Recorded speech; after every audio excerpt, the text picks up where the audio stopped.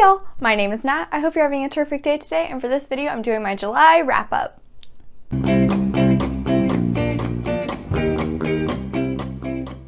So first off, I read 16 things this month and I'm just still in awe about it.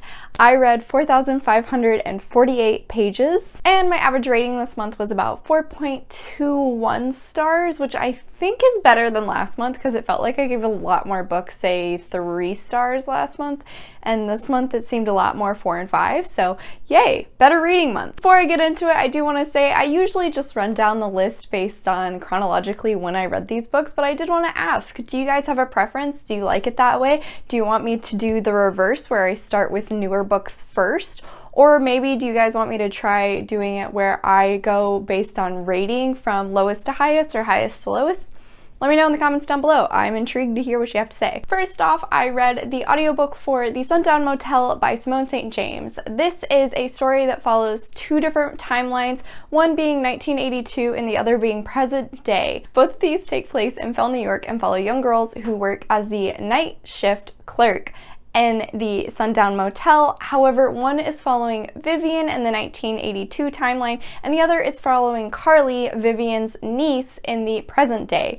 While Vivian is just basically trying to save up enough money to eventually move to New York City, Carly has actually recently moved to Fell, determined to find out what happened to her aunt Viv, who disappeared. Both girls end up simultaneously kind of solving the same mystery, and at the same time end up experiencing some creepy apparitions around the motel. This was the second Simone St. James book that I've read, and I really enjoyed it. I was kind of worried, given the fact that both of these different timelines are following girls around the same age, doing almost the same job, living sort of the same life, that they would become very similar and just sort of hard to distinguish. But actually it helped that the audiobook had 2 separate voice actors for each of the women. That really helped keep each of them distinct, and the storylines and personalities were just different enough that I never had any confusion, thankfully. This was a very creepy ride, and actually throughout the book I am sorry to say that I was suspicious of nearly every male,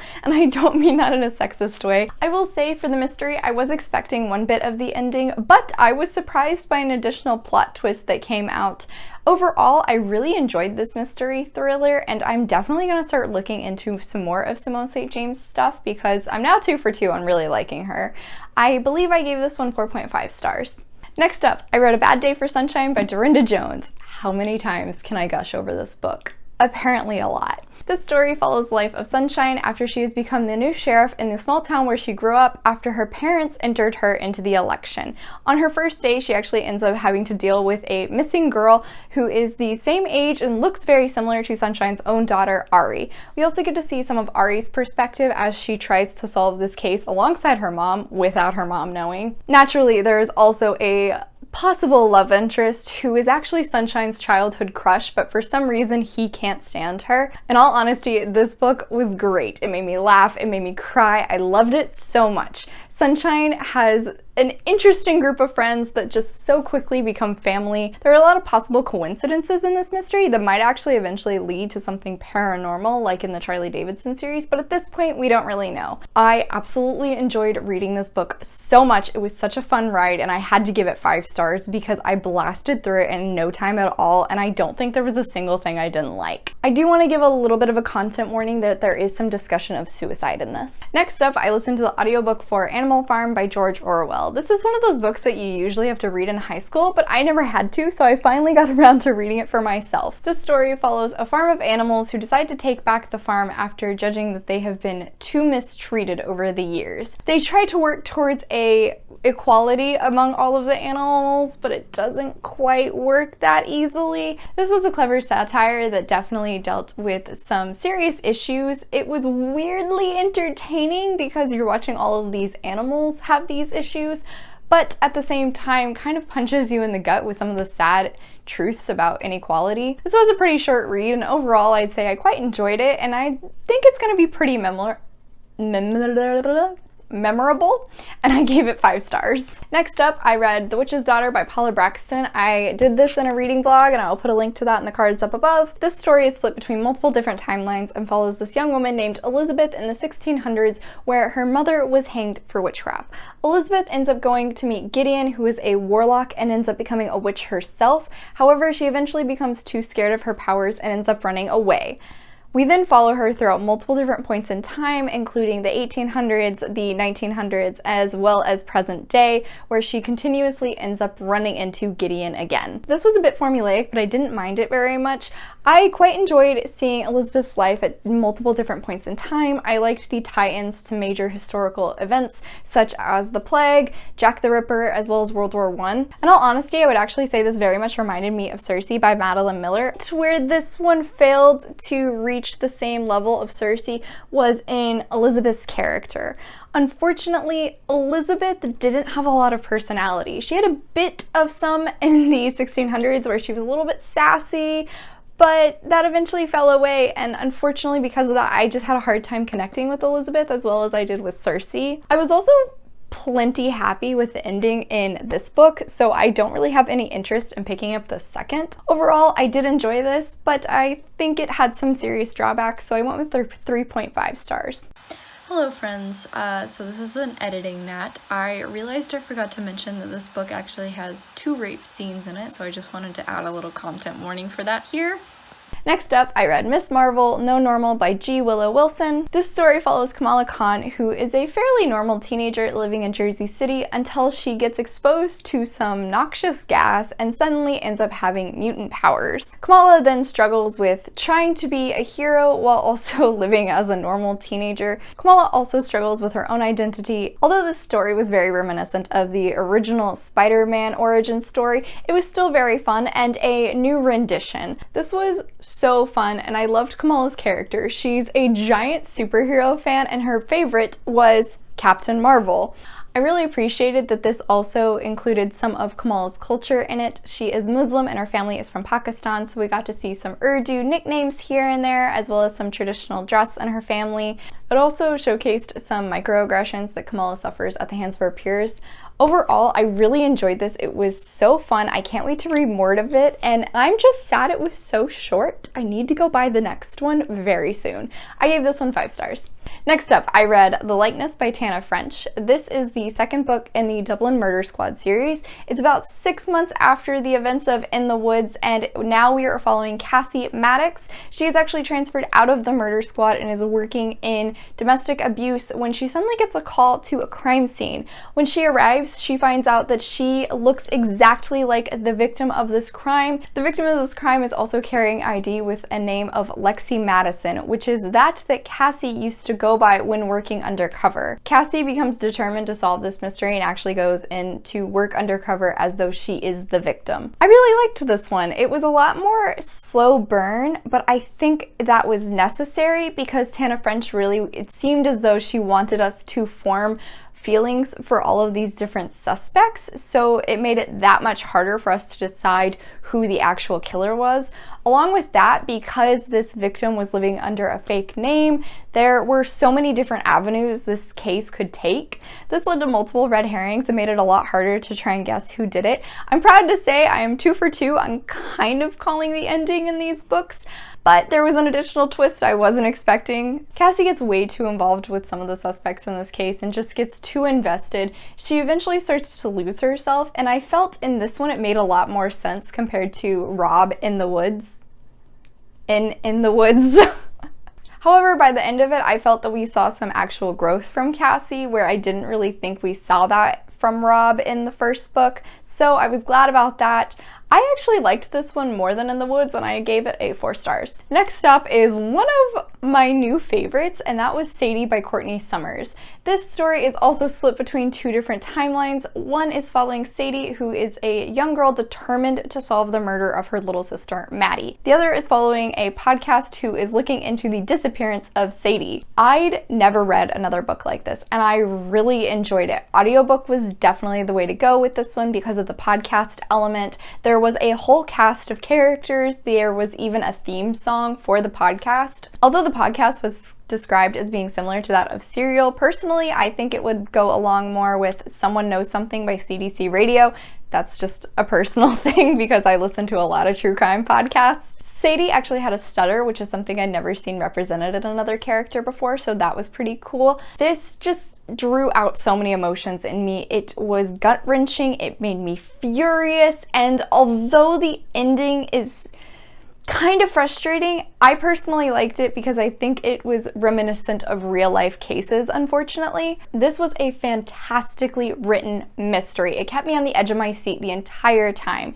Although we bond most with Sadie and West, given that they are the two characters we see the most of, the other cast of characters, although not around for long, are written well enough that they are memorable and we don't forget them, so when they come back up later, I knew exactly who they were talking about. This story was very heavy and not one I'm going to forget. I definitely want to reread this at some point. I gave it 5 stars. It was so good. I do want to mention some content warnings for the fact that this delved into pedophilia and sexual abuse. Song of Achilles by Madeline Miller. This story follows 2 princes, one being Achilles, who is the son of a Greek king as well as one of the sea goddesses, and also Patroclus, who is a exiled prince and ends up being taken in by Achilles' father. Over time, the boys develop a bond that is so pure and sweet, but unfortunately they both end up getting involved in the Battle of Troy. This was a cute queer romance that blossomed between 2 childhood best friends and was just so sweet to read in the beginning. Unfortunately, once we entered the war, things for me began to drag a bit, but I thought it was very interesting that we were getting to see how these 2 characters were developing in this new setting. While Achilles was becoming this famous warrior and was constantly going out killing day after day, Patroclus seemed to become the living embodiment of Achilles' conscience for compassion. He kept reminding Achilles that he wasn't just this killing machine, he was more than that, and he had the ability to protect people, most notably some of the women that were actually taken during the Siege of Troy. Thankfully, once we hit the war point, we actually had some skips in time because it was lasting years. Given that I knew the outcome of both Achilles and Patroclus, I wasn't shocked by the tragedy, but thankfully I was very happy that this ended on a positive note. Absolutely beautiful and just invokes such emotion and love for these characters. I cannot wait for her to write more, preferably about another Greek story, because her writing is just so good. I ended up giving this one 4 stars. Next up, I read the novella The Island of Dr. Moreau by H.G. Wells. This is a sci-fi classic, and we follow the life of Edward Prendick after he has been first kicked off one ship, saved by another, and then is taken to this mysterious island. I really wanted to read this after reading The Extraordinary Adventures of the Athena Club. How many times can I plug this series? How many?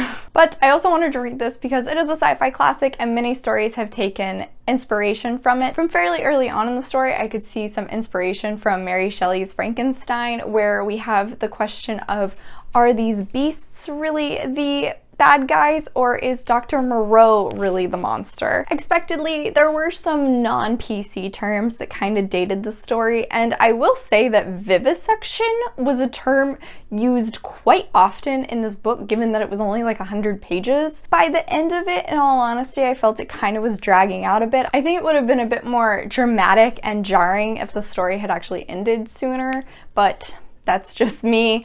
I gave this one 3.5 stars. Next, I read Night by Eli Wiesel. This story follows a young boy and his family after they are taken from their home to Auschwitz. This was a super powerful story that I will not soon forget. I found myself at multiple different points in this book having to stop and just think about the terrible atrocities that this young boy was experiencing. Eventually, we see that he is starting to struggle with his faith because of this, which is totally understandable. I teared up at many points, and while I usually rate books based on my enjoyment of them, with this one I had to go with 5 stars because I knew it was a very memorable story that I will not soon forget. Next up, I read My Friend Dahmer by Derf Backderf. This is a graphic novel that actually details Derf's relationship with the famous serial killer Jeffrey Dahmer when they were in high school. This was an eerie story about one of the Midwest's most famous serial killers, and oddly makes you pity this poor boy who was dealing with so many issues in his own head, in his family, with his alcoholism. This was a very educational read, and I think definitely highlights the fact that both nature and nurture can go into psychopathy. This was a fascinating read through the eyes of someone who actually knew this serial killer for many years in a medium I'd never seen done before for true crime. In all honesty, this sends a shiver down your spine even though we don't really see any killing on page, at least of humans. Backdraft does a really cool job of showcasing Dahmer's isolation from his peers, his family, and maybe even his own sanity with his art. Overall, I really enjoyed this, and I think if you're interested in true crime, this is definitely one to pick up. I gave it 4.5 stars. As I said, we don't see any actual killing of humans in this, but there is a whole lot of alcoholism and actually a animal abuse scene in this at one point. Next up, I finally listened to the audiobook for Cinder by Marissa Meyer. This is a retelling of Cinderella where Cinder is actually a cyborg living in this sci-fi future world where there's actually a pandemic going on. There's also a lunar colony living on the moon that is having some serious issues with Earth, and a possible war may be coming on. Cinder ends up right in the middle of it. This was a really fun YA, and I think a fairly good start to the Lunar Chronicles series, although it was a hair predictable. I can't say I didn't enjoy it because it was pretty fun. Cinder was pretty sassy, she had some sarcastic comments, she was definitely written like a 16-year-old girl. However, I will say that Prince Kai was a bit of a cardboard cutout of a hot guy, unfortunately. I wish he would have had a little bit more personality. I gave this one a 3.5 stars. Next up, I read Batgirl Volume 1, Batgirl of Burnside by Cameron Stewart. This was essentially following Batgirl after she has decided to move out of Gotham to Burnside. She's continuing going to college, and when a freak fire ends up torching all of her equipment and her costume, Babs ends up having to make a new one, and quickly is out fighting crime again, but she becomes a social media sensation. While trying to deal with that, she's also just attempting to have somewhat of a normal college life. Unfortunately, I didn't like this as much as I was hoping I would. The art style was a bit too cartoony compared to Gail Simone's, which was much more realistic. The dialogue was a bit immature at times, which was definitely a drawback when we were sometimes handling more adult topics such as the romances and even the ending villain reveal. There's also a point in the story where Babs becomes very absorbed with her social media following, and personally I just think that goes against a lot of the character of Barbara Gordon that has been developed over the years. I'm very sad to say I only gave this one 3 stars. Unfortunately, it just wasn't what I was hoping for, even with this cool new suit and getting to see a little bit of Dinah and Babs' relationship. It just was a bit of a letdown. Next, I read Wanted by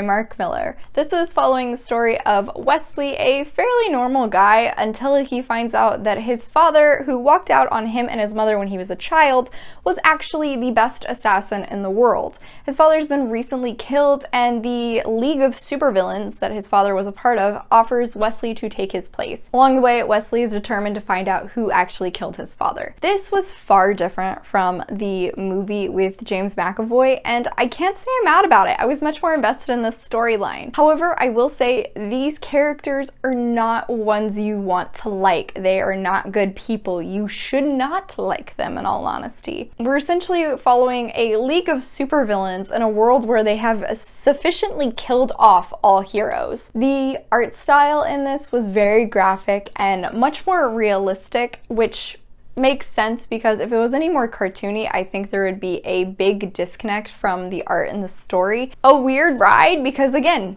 didn't like any of the characters, but I was happy with the ending, as happy as I could be. I gave this one 3.5, and I definitely want to say so many content warnings. There are several mentions of rape, there is gratuitous violence, a ton of blood, like, yeah. It's not for the faint of heart. Next up, I read Such a Fun Age by Kylie Reed. This story is pretty popular right now, but if you're unaware, it follows a young woman named Amira who is a African-American nanny, but is unfortunately racially profiled and accused of kidnapping the little girl she babysits one night by a security guard at a grocery store. The story also follows Alex, or Alex, whatever you want to say. I'm going with Alex. This story also follows Alex, who is the mom of the little girl that Amira babysits, and her attempt to try and rectify this issue for Amira. This was a fantastic read talking about racism, specifically looking at the idea of the white savior complex, as well as fetishizing of Black women. This also looks at class and privilege, and in all honesty, I think what made this story so fantastic were the characters. Personally, I could identify with Amira. We're similar in age, we're in a similar point in our lives. I really enjoyed her. Her friends were great. They were also supportive and I loved them. Her relationship with Briar was absolutely precious and I wish there was a little bit more of that in all honesty. However, on the opposite side, Alex, whose heart often seems to be in the right place, constantly ends up putting her foot in her mouth and ending up in awkward situations. By the end of the story, you realize she's not as sweet and good as she pretends to be. I think by the end, she was definitely the character you just love to hate. Although the end of this book wrapped up a hair too quickly for me, I really enjoyed this overall and I want to give it a 4.5 stars. Finally!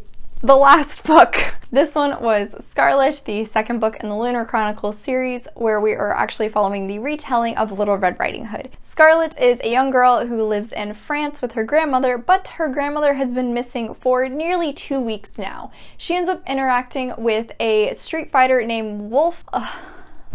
My heart. Who may know more about her grandmother's disappearance than he lets on. She sort of drags him into trying to solve what has happened to her grandmother. At the same time, we're seeing what's going on with Cinder, which I don't want to talk about in case you haven't read it because it is a little spoilery, but she ends up teaming up with Thorn, who is a ex-pilot from the American Navy and is just so sarcastic, and honestly, if any point I was laughing, it was because of something he said. This was a great follow-up to Cinder. We got to see more development from both Cinder and Kai in the first book, as well as got to totally love a new set of characters with Scarlet, Wolf, and Thorn. I loved Wolf. He was so adorable, this awkward, shy, street fighting kid. Like, oh, he was so protective and just the cutest. I also appreciated that we got to see some more of this cool futuristic world in a very different setting, whereas in Cinder we were in New Beijing. In Scarlet, as I mentioned, we were actually in the countryside of France. Although I enjoyed Cinder, this one sucked me in so much more. I gotta give it 4 stars because it has just invested me in this series so much. I'm already on the 3rd book and I'm loving it. Alright y'all, that is it. All 16 books. That took a while. Okay, this is gonna suck to edit. Sorry, future Nat. Yes, it did suck to edit. Thank you so much for coming to my channel, guys. I really appreciate it. Make sure to hit like and subscribe down below. I come out with videos on Monday and Friday, but until then, I hope you continue to have a terrific day. Bye.